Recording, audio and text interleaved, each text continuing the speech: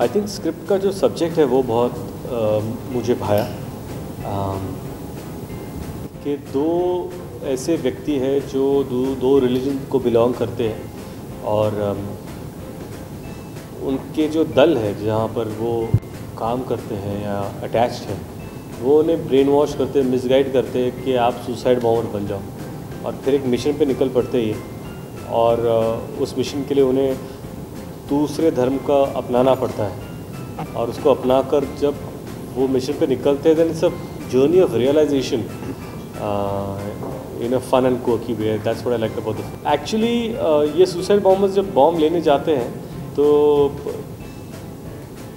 Basically उनको जो bomb बेचते हैं तो इसलिए आपको हम ऐसा बॉम्ब देंगे जो आपकी सारी ज़रूरतों को पूरा करे कि आपकी ज़रूरत क्या है.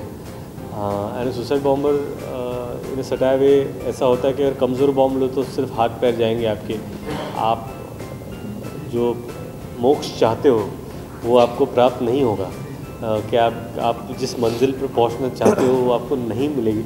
तो वो होता है ना टेली शॉपिंग मार्केट पे, अगर आप चाहते हो कि ऐसा बॉम्ब जो आपकी सारी ज़रूरतों को पूरा करे तो ये बॉम्ब ले लीजिए, वरना जो आपके चीथड़े उड़ा दे. वो वैसा वो टेली शॉपिंग में उसकी मार्केटिंग होती है. तो दैट इज़ इंटरेस्टिंग लाइन. रोचकीय रोमांचक किरदार है मेरा और करने में बहुत मज़ा आया और लगा भी ऐसा कि पहली बार मौका मिलेगा रितेश के साथ काम करने का. तो I was very excited and the script was very nice. बहुत इंटेलिजेंटली लिखी गई है. एक सीरियस मुद्दे को उठा के उसे फनीली प्रेजेंट किया गया. तो और फिर हमें लगा कि करण अंशुमन को भी एक चांस दे देते हैं. Right. So we said yes. नहीं, एक सटायर जब होता है तब उसका मतलब यही होता है कि आप एक बहुत ही सीरियस इशू को एक ह्यूमरस वे में बताने की कोशिश करते हो. उसके इर्द गिर्द का जो सिचुएशंस है उसमें आप ह्यूमर ढूंढते हो, उसमें आप व्यंग ढूंढते हो कि क्या इसमें और क्या फ़नी हो सकता है.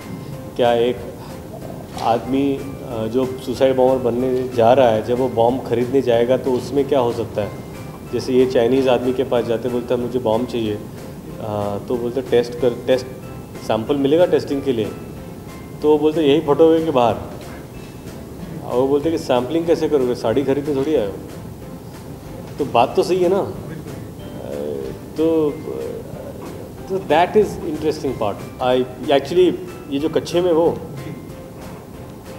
ये एक्चुअली पोस्टर है नहीं, है स्टिल है जिसको पोस्टर बनाया गया है.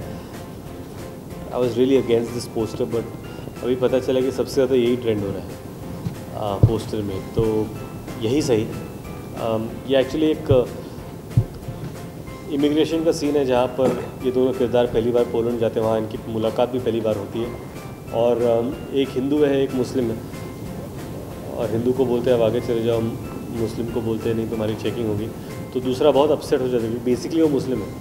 वो बोलते हैं ऐसे कैसे हो सकता है, सभी लोगों की चेकिंग होनी चाहिए. तो हिंदू भी ऐसे ही चेकिंग करके घुसेंगे. वो बोलते हैं कि मैं भी चेकिंग करूँ.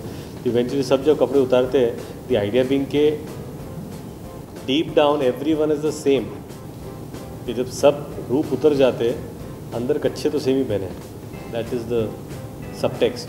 रियलिस्टिक क्या है कि फिल्में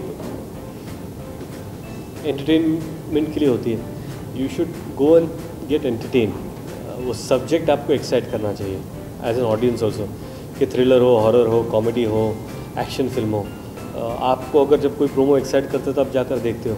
और वो 2.5 घंटे, 2.25 घंटे, 2 घंटों में अगर आप ऑडियंस का इमेजिनेशन कैप्चर कर सकते हो और उनको एंगेज रख सकते हो तो फिल्म चलेगी. तो यस, आप एक ऐसा यूनिक प्लॉट चुनो जो आपको लगे कि लोगों को एक्साइट करे और उसको लेकर अगर आप लोगों को थिएटर में खींच ला पाते हो और उन्हें एंगेज कर पाते हो, I think that's the victory of a film maker and the actors in it.